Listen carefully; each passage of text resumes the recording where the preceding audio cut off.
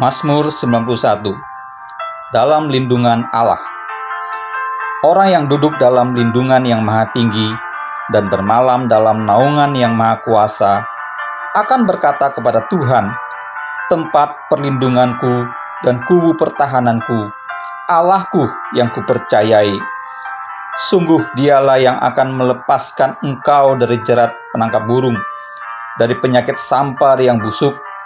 Dengan kepaknya ia akan menundungi engkau. Di bawah sayapnya engkau akan berlindung. Kesetiaannya ialah perisai dan pagar tembok.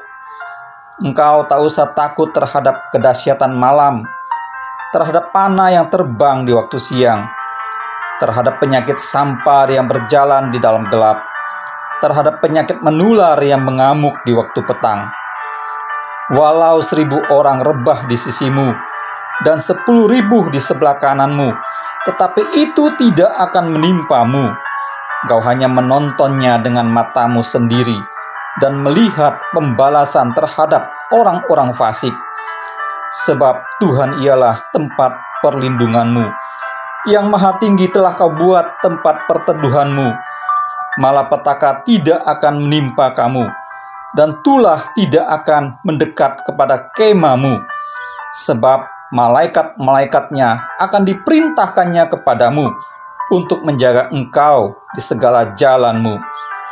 Mereka akan menatang engkau di atas tangannya, supaya kakimu jangan terantuk kepada batu. Singa dan ular tedung akan kau langkahi.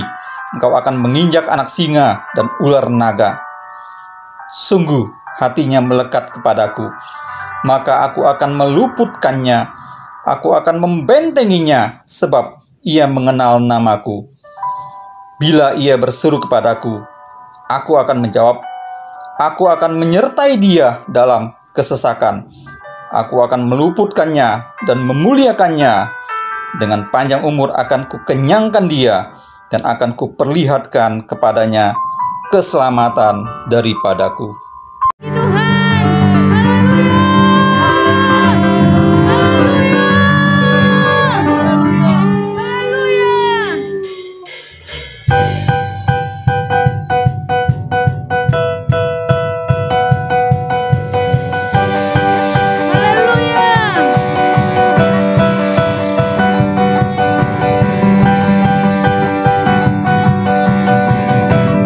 Biar kita tetap maju di dalam Tuhan.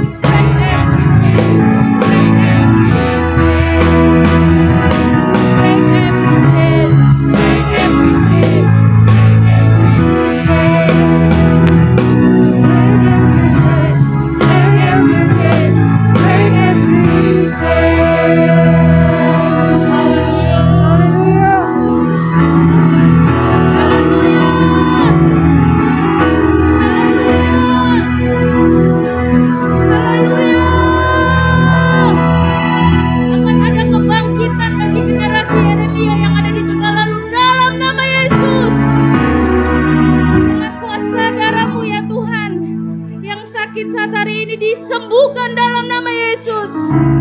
Oh, haleluya. Engkaulah dokter Tuhan, Engkaulah penyembuh, Engkaulah pelepas ya Tuhan Yesus. Di dalam nama Tuhan Yesus, segala belenggu yang mengikat terlepas di dalam namamu, di dalam namamu, di dalam namamu ya Yesus.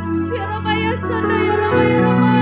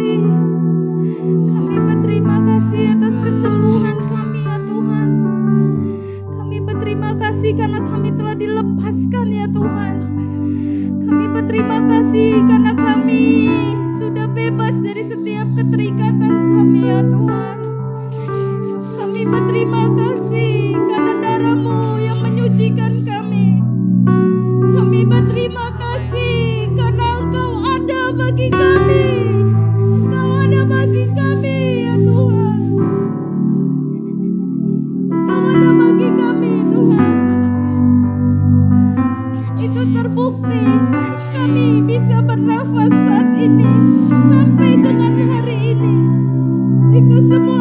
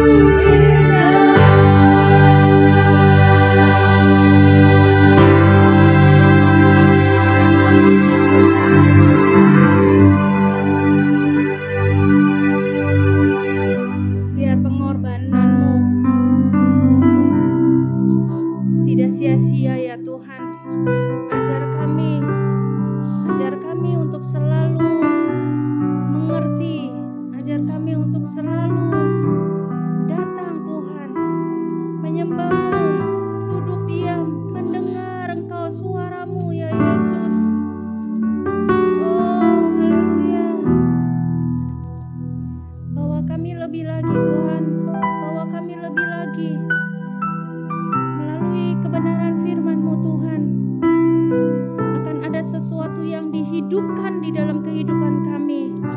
Akan ada sesuatu yang berubah di dalam kehidupan kami. Karena firman-Mu itu adalah hidup ya Tuhan. Dan itu boleh nyata di dalam kehidupan kami ya Tuhan. Urapi hamba-Mu Tuhan. Pada saat hamba-Mu berkata-kata, bukan beliau lagi yang berkata-kata ya Tuhan, tetapi Engkau sendiri yang berkata-kata kepada kami Tuhan. Dan beri telinga kami, telinga seorang murid untuk kami mendengar ya Tuhan. Beri kepekaan bagi telinga kami Tuhan. Pada saat kami mendengar Tuhan, beri kerelaan hati kami untuk kami melangkah, melakukan sesuai dengan kebenaran firman-Mu Tuhan. Bawa kami lebih lagi Tuhan, bawa kami lebih lagi untuk kami boleh mengerti jalan-jalan-Mu Tuhan. Dan firman-Mu yang akan menuntun kehidupan kami. Roh Kudus yang Kau berikan bagi setiap kami itu yang akan membawa kami, menuntun hari-hari kami ke depan. Karena kami tahu Tuhan, kami memasuki hari-hari yang jahat Tuhan. Tapi kami berada, bukan hanya kami memasuki, kami berada di dalam hari-hari yang jahat Tuhan. Tetapi bersama Roh-Mu ya Tuhan, bersama Engkau, bersama firman-Mu Tuhan, kami tidak akan takut Tuhan, kami tidak akan goyah Tuhan, karena firman-Mu yang menguatkan kami, firman-Mu yang meneguhkan kami, firman-Mu yang akan membawa kami kepada kebenaran-Mu ya Tuhan, firman-Mu yang akan menuntun kami Tuhan, untuk apa yang harus kami kerjakan ya Tuhan. Oleh karena itu ya Tuhan, kami siap pagi ini Tuhan, diisi oleh kebenaran firman-Mu, berbicara atas setiap kami ya Tuhan. Terima kasih Tuhan, terima kasih. Terima kasih ya Tuhan. Di dalam nama Tuhan Yesus Kristus yang siap untuk mendengar firman Tuhan dan menjadi pelaku akan firman Tuhan, sama-sama katakan amin. Apa yang dimaksud dengan Pentakosta ketiga? 1. Pentakosta ketiga adalah pencurahan Roh Kudus yang dahsyat di zaman ini, melebihi yang terjadi di Azusa Street. 2. Pentakosta ketiga akan mengakibatkan penuaian jiwa yang terbesar dan yang terakhir sebelum Tuhan Yesus datang kembali. 3. Pentakosta ketiga akan membangkitkan generasi Yeremia, yaitu anak-anak muda yang dipenuhi Roh Kudus, cinta mati-matian kepada Tuhan Yesus, tidak kompromi terhadap dosa, dan akan bergerak untuk memenangkan jiwa. 4. Pentakosta ketiga lahir di Indonesia dan bergerak ke bangsa-bangsa. gerakan ini dari timur ke barat dan akan kembali ke Yerusalem. 5. Pentakosta ketiga akan memberikan kuasa untuk menyelesaikan amanat agung, dan setelah itu Tuhan Yesus datang kembali. Amin.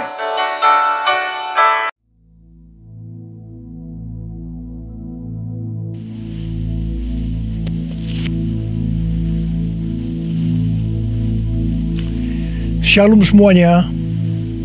Tahun 2021 adalah tahun integritas, the year of integrity. Menurut Westminster Dictionary of Theological Terms, integritas adalah istilah teologis untuk menunjukkan kemurnian dan kejujuran sebagaimana manusia diciptakan dalam rupa dan gambar Allah. Setelah manusia jatuh ke dalam dosa, maka gambar dan rupa Allah itu menjadi rusak. Pada saat kita menjadi orang percaya melalui proses pengudusan atau sanctification, gambar dan rupa Allah dikembalikan lagi, yaitu kita dijadikan serupa dengan gambar Yesus. Oleh karena itu, kita harus mau diproses oleh Allah. Panutan kita untuk menjadi orang yang berintegritas adalah Tuhan Yesus, sebab dialah the man of integrity. Dalam Matius 22 ayat 16 dituliskan bahwa sekalipun ahli Taurat dan orang Farisi berniat menjerat Tuhan Yesus, ternyata tanpa disadari mereka justru mengakui integritas Tuhan Yesus dengan berkata, "Guru, kami tahu Engkau adalah seorang yang jujur dan dengan jujur mengajar jalan Allah, dan Engkau tidak takut kepada siapapun juga, sebab Engkau tidak mencari muka." Kata seorang yang jujur dalam terjemahan New International Version menggunakan kata man of integrity atau orang yang berintegritas. Seorang yang jujur atau yang berintegritas itu artinya apa yang ada di dalam hatinya, di pikirannya, yang diucapkannya dan yang dilakukannya itu sama, selaras dengan pikiran Tuhan. Seorang yang berintegritas itu karena dia mengasihi dan takut akan Tuhan. Dan Tuhan memberikan berkat kepada orang yang berintegritas, seperti yang terdapat dalam Mazmur 25 ayat 12-14 yang berkata, "Siapakah orang yang takut akan Tuhan? Kepadanya Tuhan menunjukkan jalan yang harus dipilihnya. Orang itu sendiri akan menetap dalam kebahagiaan, dan anak cucunya akan mewarisi bumi. Tuhan bergaul karib dengan orang yang takut akan Dia, dan perjanjiannya diberitahukannya kepada mereka." Haleluya! Seorang yang berintegritas bukan seperti ahli-ahli Taurat dan orang Farisi. Dalam Matius 23 ayat 1 sampai dengan 36, Tuhan Yesus berkata bahwa ahli-ahli Taurat dan orang-orang Farisi telah menduduki kursi Musa. Sebab itu, turutilah dan lakukanlah segala sesuatu yang mereka ajarkan kepadamu. Tetapi janganlah kamu turuti perbuatan-perbuatan mereka, karena mereka mengajarkannya tetapi tidak melakukannya. Tuhan Yesus berkata bahwa ahli Taurat dan orang Farisi adalah orang yang munafik.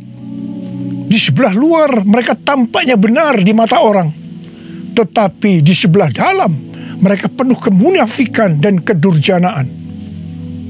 Tuhan Yesus berkata kepada ahli Taurat dan orang Farisi, "Hai kamu ular-ular, hai kamu keturunan ular beludak, bagaimanakah mungkin kamu dapat meluputkan diri dari hukuman neraka?" Saya juga akan mengingatkan kepada kita semua, terutama kepada para pengkhotbah, para guru, juga para pengajar. Kalau saudara mengajarkan kebenaran firman Tuhan dan itu belum saudara lakukan, lebih baik dengan jujur diakui. Tahun 2021 menurut kalender Ibrani adalah tahun 5781 yang disebut juga sebagai tahun P Aleph, yang artinya 81. P atau angka 80 menggambarkan sebuah mulut. Tuhan Yesus mengingatkan kita dalam Matius 12 ayat 36 dan 37. "Tetapi aku berkata kepadamu, setiap kata sia-sia yang diucapkan orang harus dipertanggungjawabkannya pada hari penghakiman. Karena menurut ucapanmu engkau akan dibenarkan, dan menurut ucapanmu pula engkau akan dihukum. Salah satu arti dari kata sia-sia adalah berdusta. Kalau kita mengajarkan kebenaran tetapi tidak dilakukan, itu sama saja dengan berdusta. Amsal 6 ayat 16 dan 17 berkata bahwa dusta itu perkara yang dibenci Allah. Amsal 11 ayat 1 berkata, neraca serong adalah kekejian bagi Tuhan, tetapi ia berkenan akan batu timbangan yang tepat. Neraca serong bisa diartikan sebagai berdusta, dan itu merupakan kekejian bagi Tuhan. Dalam Yakobus 2 ayat 17 dikatakan bahwa iman tanpa perbuatan pada hakikatnya adalah mati. Jadi kalau kita percaya kebenaran firman Tuhan, kita perkatakan tetapi tidak dilakukan, pada hakikatnya mati. Dan itu dilakukan oleh orang yang tidak berintegritas. Karena itu, saya mengajak saudara agar kita semua menjadi orang yang berintegritas. Mazmur 15 ayat 1 berkata, Tuhan, siapakah yang boleh menumpang dalam kemahmu? Siapa yang boleh diam di gunungmu yang kudus? Salah satu syaratnya adalah seperti yang terdapat dalam Mazmur 15 ayat 4 bagian B, yang diperuntukkan bagi orang yang berpegang pada sumpah meskipun rugi. Seorang yang berintegritas akan tetap berpegang pada sumpah meskipun rugi.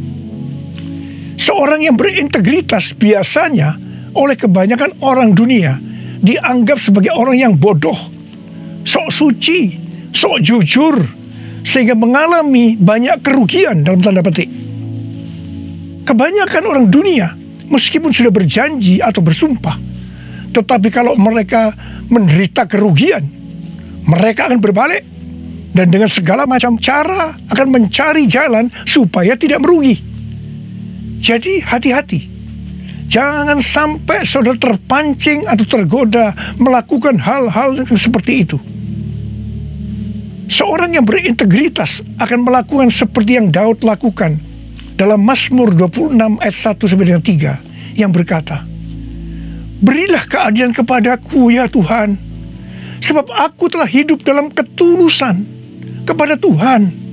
Aku percaya dengan tidak ragu-ragu. Ujilah aku ya Tuhan, dan cobalah aku. Selidikilah batinku dan hatiku, sebab mataku tertuju kepada kasih setiamu, dan aku hidup dalam kebenaranmu. Daud bukan orang yang sempurna secara moral, tetapi Alkitab mencatat bahwa kehidupannya mencontohkan karakter yang dewasa, tulus dan jujur di hadapan Tuhan. Jadi Daud adalah orang yang berintegritas. Daud berani berkata kepada Tuhan, ujilah aku ya Tuhan, dan cobalah aku. Selidikilah batinku dan hatiku, sebab mataku tertuju pada kasih setiamu, dan aku hidup dalam kebenaranmu. Saya teringat di awal pelayanan saya, Tuhan memberikan kepada saya sebuah lagu tentang ujilah aku. Ujilah aku Tuhan, cobalah aku Tuhan, selidiki batinku dan hatiku, mataku tertuju padamu. Aku cinta padamu Tuhan, aku rindu hadirat-Mu Tuhan, aku ingin selalu dekat padamu, menikmati kehadiran-Mu. Menyanyi Hosana bagi Rajaku yang duduk di tahta. Aku muliakan dan ku agungkan, Kau layak disembah, Kau layak disembah, Kau layak disembah. Waktu saya mulai menyanyikan lagu ini dan CD-nya mulai beredar, saya menuai banyak kritik dari hamba-hamba Tuhan yang menjadi senior saya. Mereka berkata, kok berani-beraninya Niko menyanyi lagu seperti ini? Saya berkata, bukankah ini ada di Alkitab yang dinyanyikan oleh Daud? Tetapi mereka tetap tidak bisa menerimanya. Terus terang saya kaget. Saya tidak pernah berpikir bahwa beliau-beliau itu mempunyai pikiran yang seperti itu. Saya menyanyikan lagu ini dengan satu pengertian, bahwa saya siap diuji oleh Tuhan. Dan itu saya lakukan sejak awal pelayanan saya. Mungkin ada di antara saudara yang tidak berani menyanyikan lagu ini. Saya pernah mendengar orang yang berkata, itu kan Pak Niko yang berani. Kalau saya sih belum berani. Saya hanya akan mengingatkan kepada saudara bahwa Tuhan Yesus menghendaki agar kita hidup sebagai seorang yang berintegritas. Seorang yang hidupnya jujur dan tulus di hadapan Tuhan. Mari, saya mau ajak saudara untuk menyanyikan lagu ini bersama saya.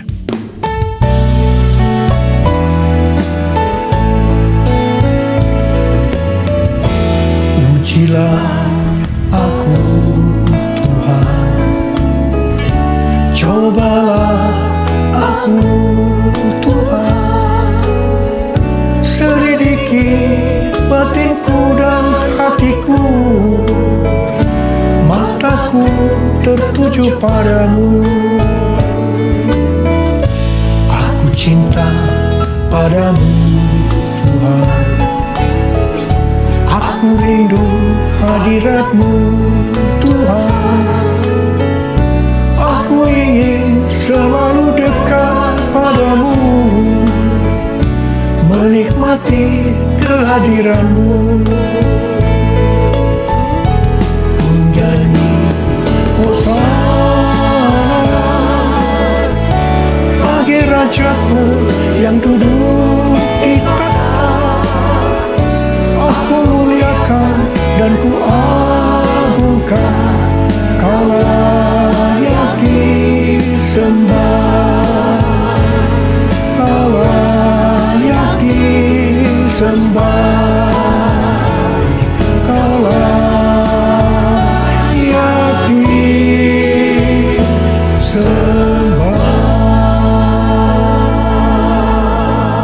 Seorang yang berintegritas adalah orang yang meyakini, memperkatakan dan melakukan iman Kristiani yang dia percayai. Sejak tahun 2018, melalui nubuatan C.D. Jacob, Tuhan menunjuk gereja kita sebagai messenger dari Pentakosta ketiga. Saya percaya kita ditunjuk oleh Tuhan menjadi messenger atau utusan Tuhan untuk Pentakosta ketiga, karena kita adalah insan Pentakosta. Sebagai orang yang berintegritas, maka kita akan memperkatakan dan melakukan apa yang kita percayai, yaitu apa yang ada di dalam hati dan pikiran kita. Jadi kita akan berkata-kata dan melakukan sesuatu sebagai insan Pentakosta. Karena itu kita harus mengenal identitas sebagai insan Pentakosta. Dari zaman Azusa Street yang disebutkan sebagai Pentakosta kedua sampai dengan saat ini, bahwa kegerakan Pentakosta secara garis besarnya terdiri dari 3 grup besar. Yang pertama Pentakosta klasik, yang kedua Harismatik, dan yang ketiga Neo-Harismatik. Jumlah total dari 3 grup ini menurut survei di tahun 2019 ada 698 juta orang, yang berarti sekitar 27% dari total kekristenan. Sinode Gereja Bethel Indonesia atau GBI, di mana gereja kita termasuk di dalamnya, adalah grup Pentakosta klasik seperti yang terlihat dalam pengakuan iman GBI. Ciri khas dari Pentakosta klasik adalah doktrin baptisan Roh Kudus dengan 5 pilar teologi Pentakosta, yaitu yang pertama keselamatan, yang kedua kekudusan, yang ketiga baptisan Roh Kudus, yang keempat kesembuhan ilahi, dan yang kelima kedatangan Tuhan Yesus untuk kali yang kedua dengan segera. Sejak sebelum dunia ini dijadikan, Allah berinisiatif menyediakan keselamatan bagi semua orang. Allah memanggil kita kepada keselamatan melalui Injil, dan kita menerima kasih karunia-Nya secara gratis melalui respon iman kita. Keselamatan yang diberikan kepada kita bukan karena usaha kita, tetapi karena pemberian Allah. Karena itu jangan ada yang memegahkan diri. Pada waktu kita percaya kepada Tuhan Yesus sebagai Tuhan dan Juru Selamat kita bertobat dan kita mengalami kelahiran baru. Kelahiran baru adalah awal perjalanan rohani kita di dalam Kristus. Ini yang disebutkan sebagai proses pembenaran atau justification. Selanjutnya kita masuk dalam proses kedua, yaitu pengudusan atau sanctification. Dalam proses ini kita dikuduskan terus-menerus oleh Roh Kudus dan firman Allah, disertai proses-proses yang menyakitkan bagi kedagingan kita. Dan goal daripada proses pengudusan ini untuk menjadikan kita menjadi serupa dengan gambar Yesus. Tuhan Yesus begitu baik kepada kita sebagai anak-anaknya, supaya kita lulus dalam proses pengudusan atau sanctification ini. Maka Tuhan Yesus membaptis kita dengan Roh Kudus, dengan tanda awal berbahasa roh. Selain itu, sebagai penyembuh atau pembuat mujizat, Tuhan Yesus selalu siap untuk memberikan kesembuhan dan mujizat kepada kita yang membutuhkan, yang sedang berada dalam proses pengudusan atau sanctification.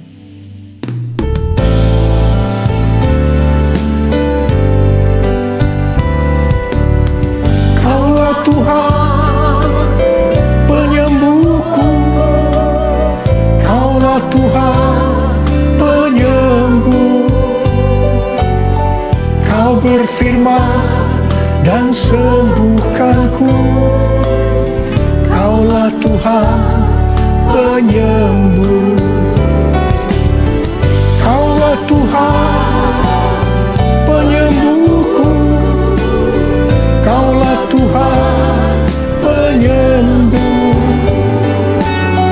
Kau berfirman dan sembuhkanku. Kaulah Tuhan penyembuh. Proses terakhir dari proses keselamatan ini adalah proses glorification atau proses pemuliaan, di mana orang-orang yang menjadi serupa dengan gambar Yesus yang akan ikut dalam pengangkatan pada waktu Tuhan Yesus datang yang kedua kalinya di awan-awan. Kita percaya kedatangan Tuhan Yesus secara tiba-tiba dan dengan segera. Kita diingatkan melalui Filipi 2 ayat 12 dan 13 yang pada prinsipnya berkata, kerjakanlah keselamatanmu dengan takut dan gentar, karena Allah lah yang mengerjakan di dalam kamu baik kemauan maupun pekerjaan menurut kerelaannya. Baptisan Roh Kudus adalah bagian yang paling penting dari 5 pilar teologi Pentakosta, yang sekaligus menjadi bagian sentral dari seluruh pengajaran insan Pentakosta. Kita percaya bahwa setiap orang percaya yang telah disucikan hatinya dapat mengalami baptisan Roh Kudus dengan tanda awal berbahasa roh. Tujuan dari baptisan Roh Kudus ini adalah agar pengurapan di dalam pelayanan lebih maksimal. Karena baptisan Roh Kudus ini memiliki 2 fungsi, yaitu supaya kita lebih intim dengan Tuhan Yesus dan akan memberikan kuasa untuk menyelesaikan amanat agung. Dalam Matius 12 ayat 31 dan 32, Tuhan Yesus berkata, "Sebab itu aku berkata kepadamu, segala dosa dan hujat manusia akan diampuni, tetapi hujat terhadap Roh Kudus tidak akan diampuni. Apabila seorang mengucapkan sesuatu menentang anak manusia, ia akan diampuni. Tetapi jika ia menentang Roh Kudus, ia tidak akan diampuni. Di dunia ini tidak, dan di dunia yang akan datang pun tidak." Menentang dan menghujat Roh Kudus di sini juga bisa berarti menentang dan menghujat bahasa roh. Jadi kalau ada yang tidak percaya dengan bahasa roh, jangan menghujat, jangan menentang. Lebih baik banyak berdoa. Sekarang ada orang yang membuat bahasa roh sebagai bahan lelucon supaya orang tertawa. Saya hanya akan mengingatkan kepada saudara yang melakukan seperti ini, supaya saudara bertobat dan minta ampun kepada Tuhan. Roh Kudus yang dicurahkan di kamar loteng Yerusalem 2000 tahun yang lalu, itu adalah untuk memberikan kuasa untuk melakukan amanat agung. Ini disebutkan sebagai Pentakosta pertama.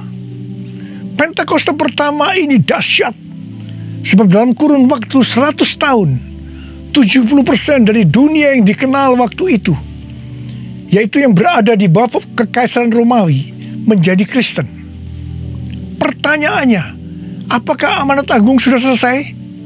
Jawabannya, belum. Karena itu pada tahun 1906, kembali Roh Kudus dicurahkan di Azusa Street, yang disebutkan sebagai Pentakosta kedua. Pentakosta kedua ini dahsyat, sebab menurut Gordon Conwell Theological Seminary, bahwa 77,9% dari kekristenan yang ada pada saat ini dimulai dari awal abad 20, yang berarti ini dimulai dari peristiwa pencurahan Roh Kudus di Azusa Street atau Pentakosta kedua. Pertanyaannya, apakah amanat agung sudah selesai? Jawabannya, belum. Karena itu, hari-hari ini, Roh Kudus yang jauh lebih dahsyat dibanding dengan Azusa Street sudah dicurahkan. Dan ini yang disebut dengan Pentakosta ketiga. Dan saya percaya, dengan Pentakosta ketiga ini, amanat agung akan selesai dan Tuhan Yesus akan datang kembali. Mari, saudara yang rindu dipakai oleh Tuhan untuk menyelesaikan amanat agung, kita sama-sama berkata kepada Tuhan, curahkan Roh Kudus-Mu ya Tuhan, api Pentakosta ketiga, supaya kami menyelesaikan amanat agung Tuhan Yesus. Maranatha, datanglah segera ya Tuhan. Mari, saudara yang rindu dipakai oleh Tuhan untuk menyelesaikan amanat agung, kita sama-sama berkata kepada Tuhan, curahkan Roh Kudus-Mu ya Tuhan, api Pentakosta ketiga, supaya kami menyelesaikan amanat agung Tuhan Yesus. Maranatha, datanglah segera ya Tuhan Yesus. Curahkanlah kuasa-Mu Tuhan, mujizat terjadi di tempat ini. Curahkanlah kuasa-Mu Tuhan, mujizat terjadi sekarang ini. Biarlah ini menjadi doa kita, saudara. Kita nyanyikan sama-sama. Curahkanlah kuasa-Mu Tuhan, mujizat terjadi di tempat ini. Curahkanlah kuasa-Mu Tuhan, mujizat terjadi sekarang ini.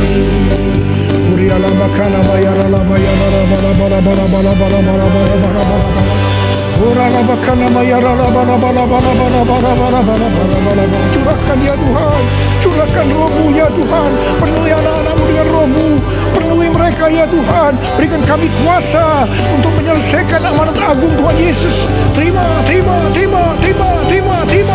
Oh, riala bara. Oh, riala bara. Oh, bede. Tuhan, Engkau lihat anak-anak-Mu yang sedang mengangkat tangan.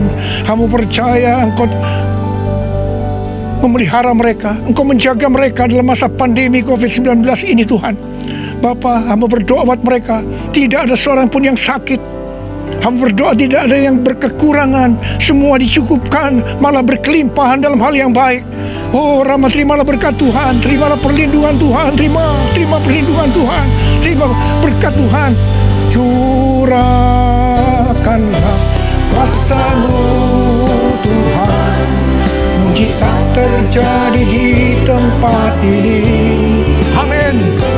Curahkanlah kuasa-Mu Tuhan, mujizat terjadi sekarang ini. Mujizat terjadi sekarang ini. Mujizat terjadi sekarang ini.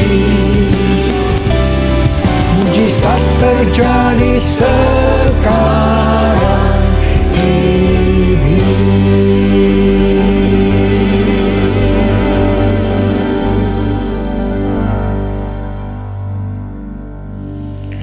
Mari saudara-saudara, kita akan masuk dalam perjamuan kudus. Kita akan mengingat ayat ini. Setiap kali kamu makan roti ini dan minum cawan ini, kamu memberitakan kematian Tuhan sampai Ia datang. Perjamuan kudus ini adalah perjamuan Tuhan Yesus sendiri. Setiap kali kita masuk dalam perjamuan kudus, Tuhan Yesus selalu berkata, biarlah ini menjadi peringatan akan daku. Karena itu mari, arahkan hati kita kepada kebaikan Tuhan. Kita akan mengingat kebaikan Tuhan. Mari kita tundukkan kepala. Bapa, siapakah kami ini sebelum kami mengenal Engkau? Kami semua orang berdosa. Upah dosa adalah maut, mati. Tapi Engkau tidak berdosa, telah dijadikan dosa oleh karena kami. Engkau harus turun dari surga mulia, menjelma menjadi manusia, untuk mati menggantikan kita semua. Dengan penderitaan yang luar biasa. Betapa baiknya Engkau Tuhan. Betapa baiknya Engkau Tuhan. Engkau jadikan kami sebagai anak-anak-Mu.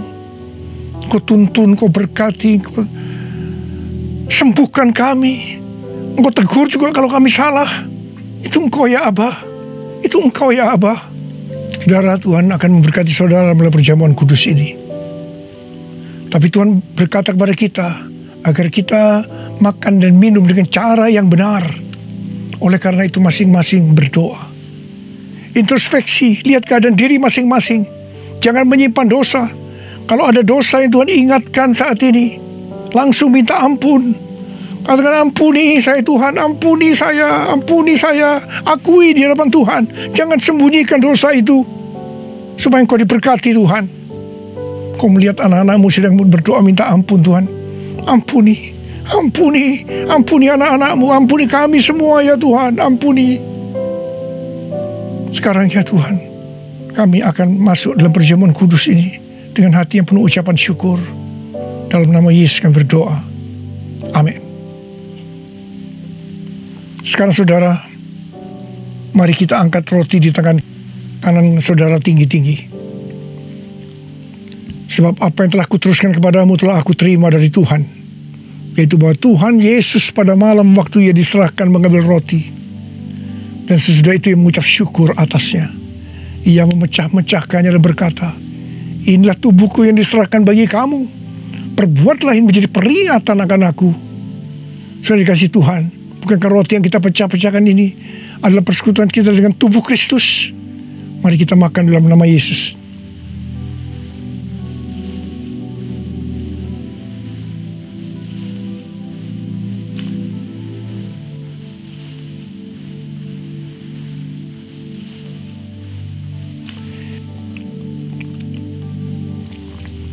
Sekarang angkat cawan di tangan kanan saudara tinggi-tinggi. Demikian juga ia mengambil cawan sesudah makan lalu berkata, cawan ini adalah perjanjian baru yang dimeteraikan oleh darahku. Perbuatlah ini setiap kali kamu meminumnya menjadi peringatan akan aku. Sudah dikasih Tuhan, bukankah cawan pengucapan syukur yang atasnya kita ucapkan syukur adalah persekutuan kita dengan darah Yesus? Mari kita minum dalam nama Yesus.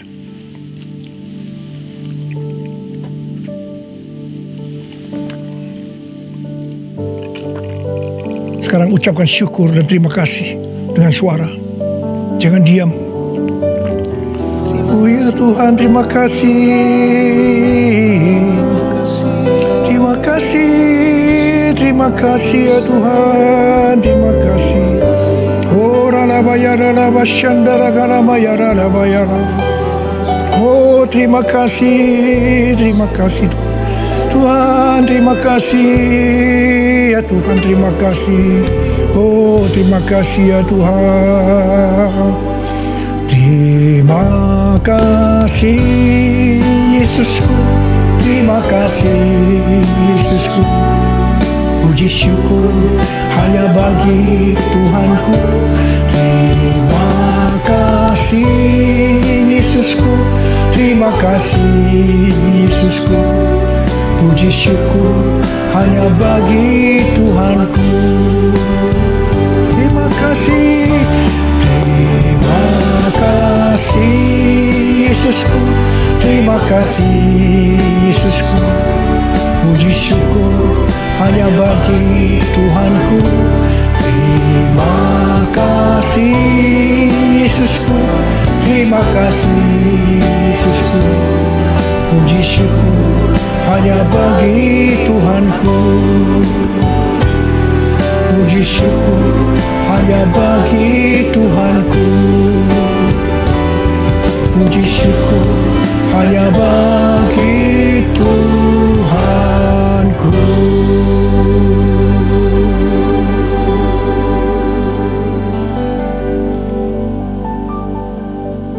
Sekarang terimalah berkat Tuhan.